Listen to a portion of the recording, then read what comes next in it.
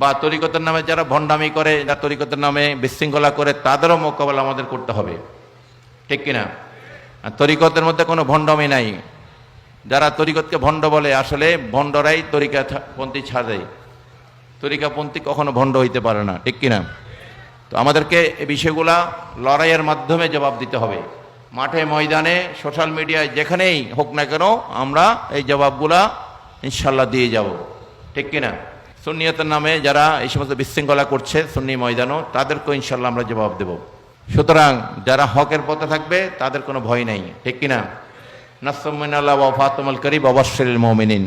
আমার আল্লাহ বলছেন সত্যের পথে যারা, তাদের জন্য বিজয় অবশ্যম্ভাবী। আলহামদুলিল্লাহ বলেন।